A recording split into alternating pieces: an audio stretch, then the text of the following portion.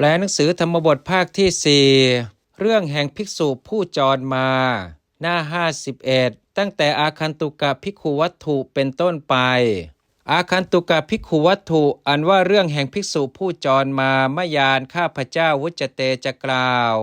สถานว่าพระศาสดาวิหรันโตเมื่อประทับอยู่เชตวนเนในพระวิหารชื่อว่าเชตวันอารัพพะทรงปรารภอาคันตุกะภิกขุซึ่งภิกษุผู้จรมาทั้งหลายกเทศิตรัสแล้วธรรมเทศนังซึ่งพระธรรมเทศนาอิมังนี้อิติว่ากันหังธรรมังวิปหายะอิติดังนี้เป็นต้นกิระได้ยินว่าภิกขุอันว่าภิกษุทั้งหลายปัญจสตามี105เป็นประมาณวสิตวาอยู่แล้ววัดสังตลอดพรรษาโกศลรัตเถในแว่นแคว้นชื่อว่าโกศลวุฒวสาผู้มีการฝนอันอยู่แล้ว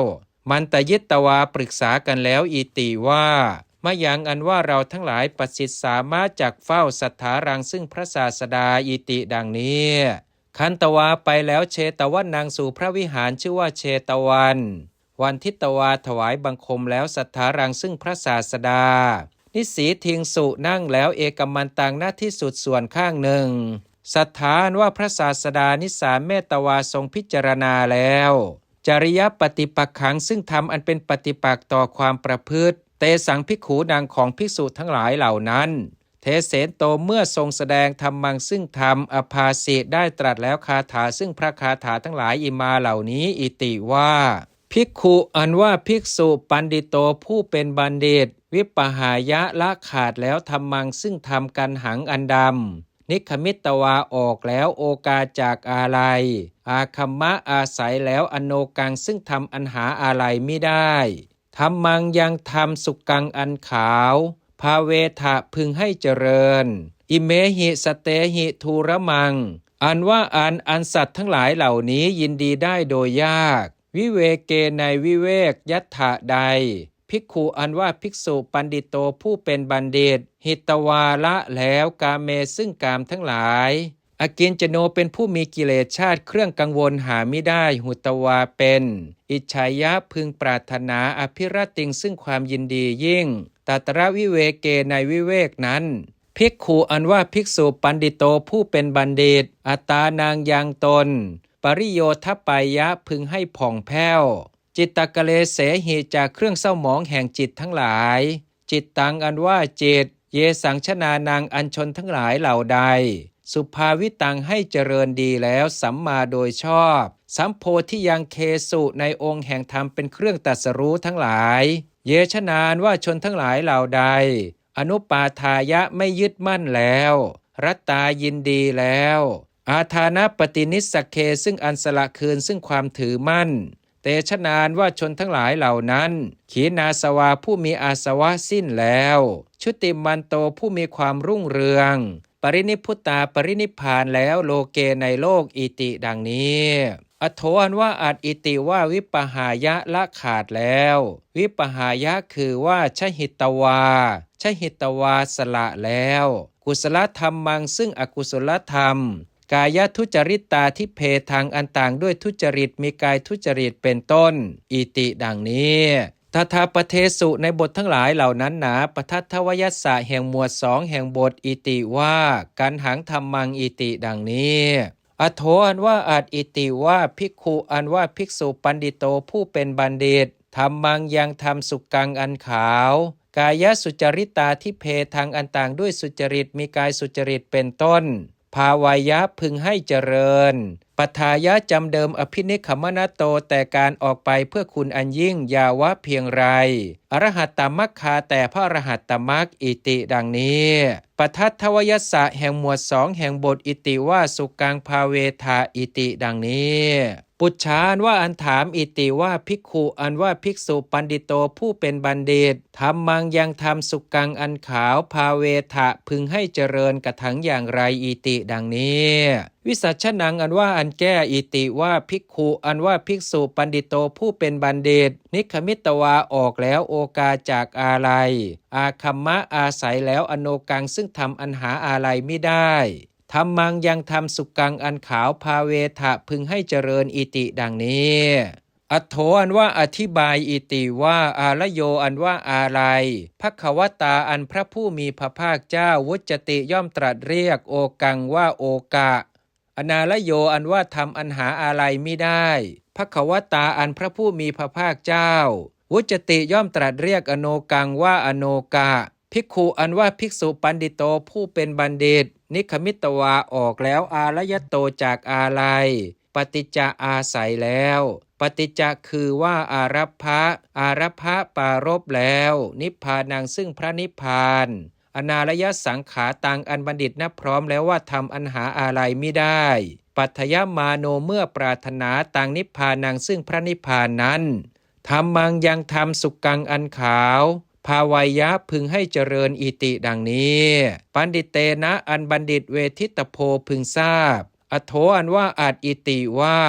อิเมหิสเตหิทุรพิระมังอันว่าอันสัตว์ทั้งหลายเหล่านี้ยินดียิ่งได้โดยยากวิเวเกในวิเวกวิเวเกคือว่านิพพาเนในพระนิพพานอนาลยสังขาเตอันบัณฑิตนับพร้อมแล้วว่าทำอันหาอะไรมิได้ยัสมิงใดภิกขุอันว่าภิกษุปันดิโตผู้เป็นบัณฑิตอิจฉายะพึงปรารถนาอภิรติงซึ่งความยินดียิ่งตัตระวิเวเกในวิเวกนั้นอิติดังนี้คาถาปาทัสสะแห่งบาทแห่งพระคาถาอิติว่าตัตราภิรติมิจฉายะอิติดังนี้อโถอันว่าอาจอิติว่าหิตวาละแล้ววัตถุกามกิเลสกามเมซึ่งวัตถุกามและกิเลสกามทั้งหลายอากินจโนเป็นผู้มีกิเลสชาติเป็นเครื่องกังวลหาไม่ได้หุตวาเป็นอิจฉายะพึงปรารถนาอภิรติงซึ่งความยินดียิ่ง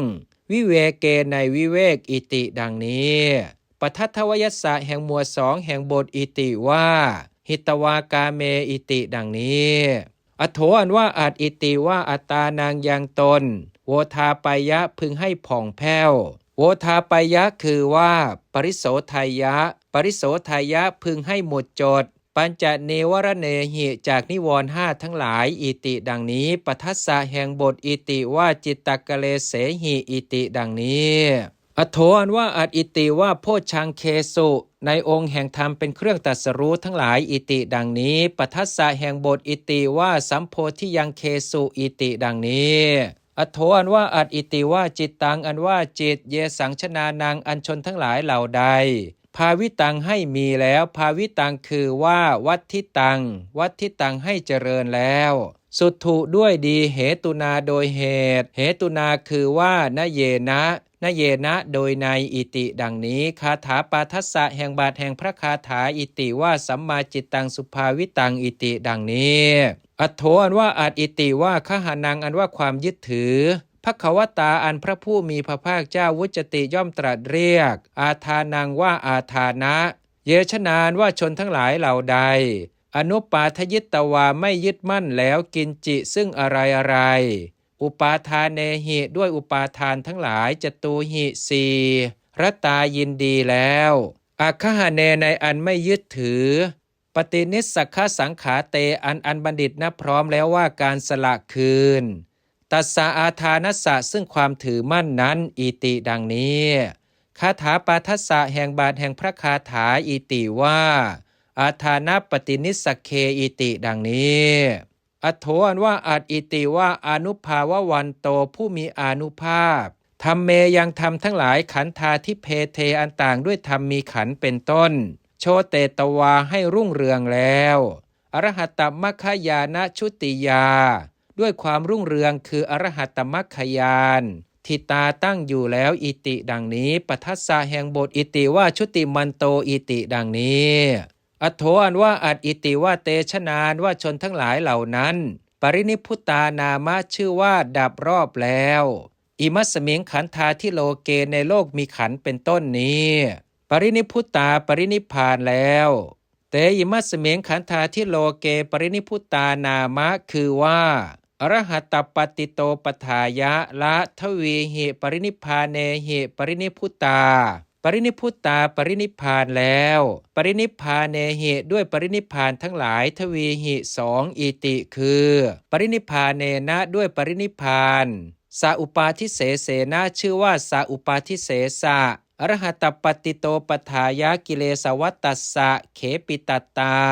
ขีตตาเพราะความที่กิเลสวัตตัสสะแห่งกิเลสวัฏเขปิตาขีดเป็นธรรมชาติอันตนให้สิ้นไปแล้วปทายะจำเดิมอรหัตปฏิโตแต่การบรรลุซึ่งความเป็นแห่งพระอรหันต์จะด้วยปรินิพพานเนนะด้วยปรินิพพานอนุปาทิเสเสนะชื่อว่าอนุปาทิเสสะจาริมจิตตานิโรเทนะขันธวัตตัสสะเขปิตตาขีตตาเพราะความที่ขันธวัตตัสสะแห่งขันธวัตเขปิตาขีดเป็นธรรมชาติอันตนให้สิ้นไปแล้วจาริมจิตตานิโรเทนะด้วยความดับแห่งจิตดวงหลังจาริมจิตตานิโรเทนะขันธวัตตัสสะเขปิตตา